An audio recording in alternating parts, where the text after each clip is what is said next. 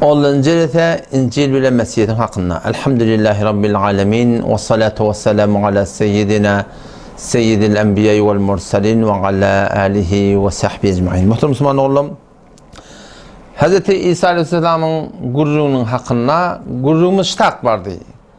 Hz. İsa Aleyhisselam Allah tarafından gelen peygamber. Peygamber olup Yahudilerin arasına geldi. Allah Teala şunu iyi veriptir. Peygamber de iyi veriptir. Peygamber olmaklık bilen Allah Teala tarafından muhtelif mucizeler bilen geliptir. Mucize diğerleri akla bir ters bir atlar var. Şöyle elem canını görüp adın mı? Onun içinde bir akla bir ters at görsen akla gelmiyor deyip dursun da. Oğlum Allah Teala peygamberlerini mucizeler bilen teyit ediptir. Yani şu bir ati adam değil, şu bir has adam, Allah tarafından gelen adam, inerlekem şun vücudundan görüntülen kudret, Hudayın işi, benden elinden gelecek işte diye. Oğlum Allah Teala, Hz. İsa Aleyhisselam'a da ne kadar mucizeleri veriptir.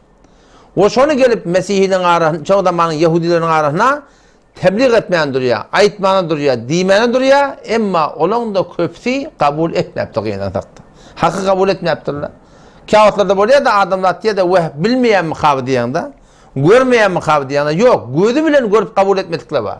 Ne mi deyip? İdinle adı var, avrayı var, muğiyeti var, şahsiyeti var, dünyeti var. Şu derekle hakkı kabul etmeyiptirler diye. Hz. İsa Aleyhisselam ne mi diye? İnanırken Sure-i Al-İmran'ın 46. ayetinde melek Hz. İsa Aleyhisselam'ın şu zamanına ki yani takriben 2000 yıllarına anıraktı olan kurun abi. Rabbim Allah Teala hemmedattan haber var. Şu zamanı eden tebliğini Huday Teala Kur'an'a getirtti. Ne mi diye? Enni kad ci'tukum bi ayetin min rabbikum ey Yahudiler. Siz ki ödün Huday'ın benneti biliyorsunuz. Huday deyip bilen biliyorsunuz. Ben Allah'ın tarafından geldim. Kad ci'tukum bi ayetin min rabbikum. Men sizin Rabbinin Allah'ın tarafından bir nişani bilen geldim. Bir mucize bilen geldim. O ne mi? Enni ahluqu lekum minat-tin. Ben size palçıktan beceriyen ke heyeti tayr. Kuş beceriyen iptir. Palçıktan kuş beceriyenmiş İsa Aleyhisselam. Otom fe enfuhu fihi men şonu demetiyen fe yekunu tayran bi iznillah. Allah'ın emri bilen kuş oluyor deyiptir. Tamam adamla üşüp dururlar. Hazreti İsa Aleyhisselam etiyen işin olacak oluyorlar. Palçıktan kuşağa beceriyor, kanı çıkan doğruya, kellehen doğruya, şeyle üf etiyen. Allah'ın emri şu can yiyip şu kuş şeyle uçuk etiyen ha. Uçuk etiyen. O zaman şöyle gözü bilen görüp ha. Başka ne etiyen? Ondan sonra ve ubriul ekmeha vel abras ve uhyil mevta bi iznillah. Anından eneden doğu kör getirttiler diye. Bir körde, iki körde, üç körde. Tamam eni doğma kör diye da. Dünyaya gelip dünyanı görmedik adamları getirirlemiştik de. Hazreti İsa Aleyhisselam ne mi diye? Ve ubriul ekmeha. Eneden doğma körleri men Allah'ın emrine kavvatiyen. Gelirmiştik şöyle gözün şöyle elini törtermiştik Allah'ın emrine kavvarmış diye. Vel abrasa. Abras yani ağla. O kağıt adamlar eller ağla oluyor. Şunu derman edip olmuyor. Şuna manşin derman edip başar mani Allah. Ama Allah Teala Hazreti İsa Aleyhisselam'a muazzeb ettir ne diye? Vel abrasa bi iznillah. Şöyle ele ağlanı, yüzü ağlanı, emmanı ağlanına men Allah'ın emrine kavvatiyen. Ondan sonra ve uhyil mevta bi iznillah. Ölür men diye iptir. Barıttır Hazreti Aleyhisselam'ın kabristana var ya Allah. Ey Allah Teala'nın peygamberi, hava ey ruhullah, senin ayetiyansın mı diret bize görecek. Şunu Allah Teala dua et ya, bir yatan ölüyün bir çıkıya koyana. Ödün ayet ya, men ne işin vardı? Keplep Allah'ın emrini yamaçladın, yerin eteğine giriyormuştu. Şu bir muazzir Allah Teala'nın emrine İslam korkuttur diyor. Ve unebbiyukum bima ta'kuluna ve ma teddakhiruna fi buyutikum. Öğlünüzde ne ama ben haber verecek dedim. Öğlünüzde ne ama? Öğünde arpa var mı, buğday var mı, pul var mı, ne miktar var? Ne mi iptirsiniz? O İsa'nın o tadı yok da onun öğlünün sonu yok. Ben haber ver yani şu bir Allah tarafından muazzirin korku diye inni fi zalika la ayeten lekum in kuntum mu'minin. İman getirecek olan inanlıkım nişani, inanlıkım muazze, inanlıkım delil. Ve musaddiqan lima beyne yedeyye minet Tevrat. Ey Yahudiler dedi İsa Aleyhisselam. Men sizin avval kitappa, menden önce gelen Musa Aleyhisselam'ın gelen kitappa, Tevrat diyen kitap Musa Aleyhisselam getirdi. Men şunu kabul ettiyen, men onu mensuh etmeden için ya onu terk etmeden için ben durmak. Ve musaddiqan lima beyne yedeyye minet Tevrat. Ve ben peygamberim bulmadım size kıyınçılık kalmadan söyleyeyim diye. Belki men eden, avvaz eden günah karşısında derekli, ne kadar da haram oldu. Menin şunu Allah'ın emrine halal etmesini gördüm diye. وَلِأُحِلَّ لَكُمْ بَعْضَ الَّذ۪ي حُرِّمَ عَلَيْكُمْ وَجِئْتُكُمْ بِآيَةٍ مِّنْ رَبِّكُمْ Fesir ne demedin? فَاتَّقُوا اللّٰهِ Allah'tan korkun, onu tamam. وَاَتِيعُونَ Beni peygamberine diye nedin diye. Tamam peygamberler iki taraf bilen yaptır da. Peygamberler de Allah'tan korkun. Men Allah tarafından peygamber, men aydan da edin deyiptir. Ondan sonra İnnallaha Rabbi ve Rabbukum fa'budu. Ey Yahudiler kavvetten kulak atın. İnnallaha Rabbi, Allah benim Rabbim ve Rabbukum, sizin de Rabbiniz şu.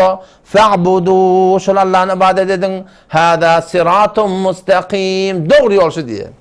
Bir de aleyküm alhamdülillah da Huday'tan diliyet. İhdinna satal mustakim diye ta şeydim.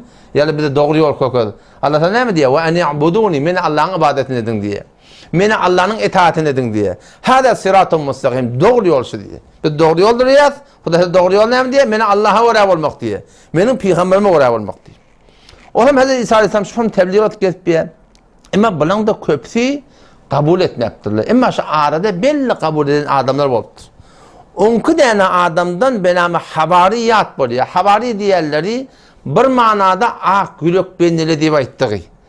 Bir manada ak yürek beneli diye ayttığı. Bir manada şform diye keze İsa Aleyhisselam bir yerden geçip gelirken belli tarla adamlar götürüp suyun kenarına eğmaşı otururlar.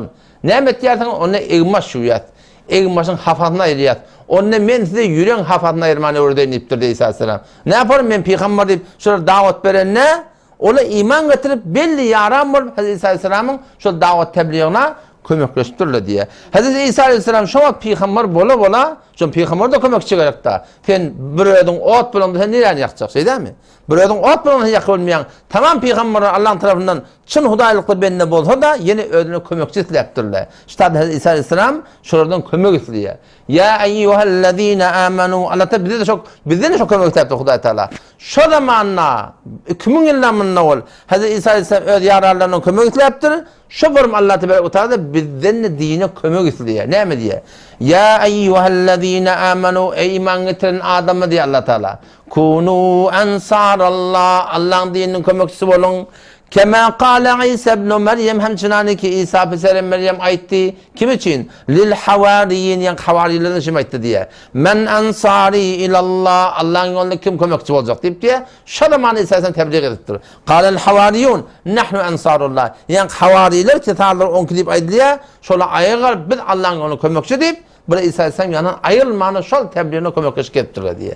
Böyle kitle tebliğ et, böyle kitle tebliğ et. Ne mi deyip lan Hazreti İsa Aleyhisselam'ın has şagirdleri olup aylanıptırlar diye. O zaman şu arada kabul ettiyen adı ottur, kabul ettiyen adı ottur, kabul etmeyen kem ottur yani.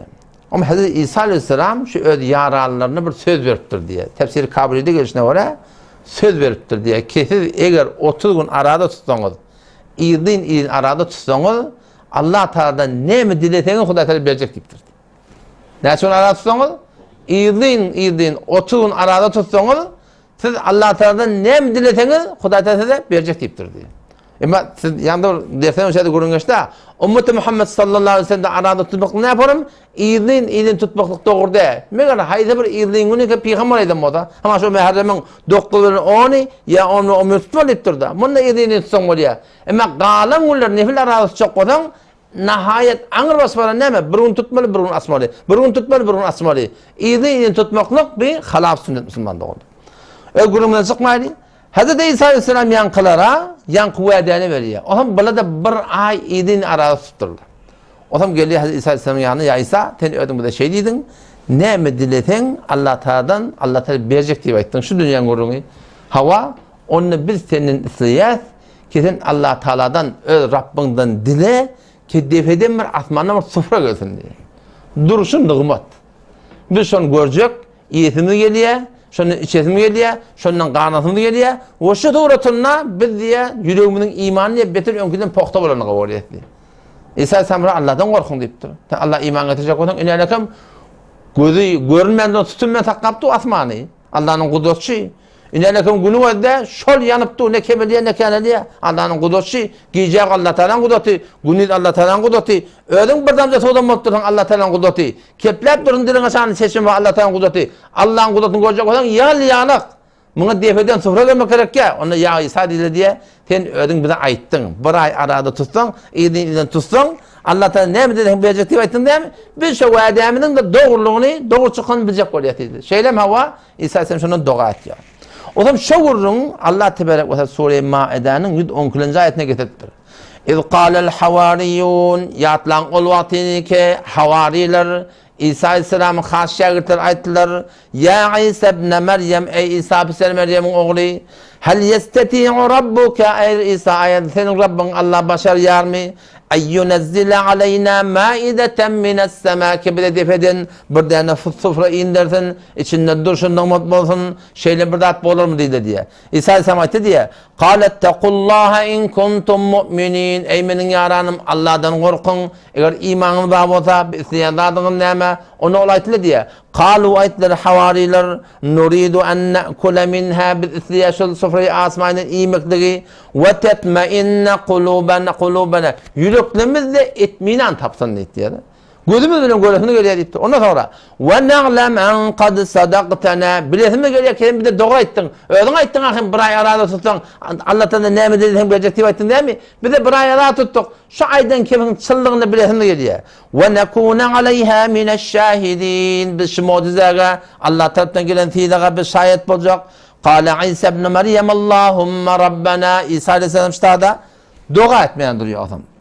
Rabbena ya Rabbi Allah أنزل علينا مائدة من السماء تكون لنا عيدا لأولنا وآخرنا وآية منك وارزقنا وأنت خير الرازقين İstersen dua edin şu defeden Allah'tan emrin onu kon sıfıra diye içinde porum nıgmatlar varmış diye. Allah Teala sonra şu nıgmatı şolara has suretinde beriptir diye. Ola bir yani bu da ola kamı koyduğum bir nişani oluptur diye. Sen şu hatta inerken kudretten in hemen kudretini görüyorsun ha.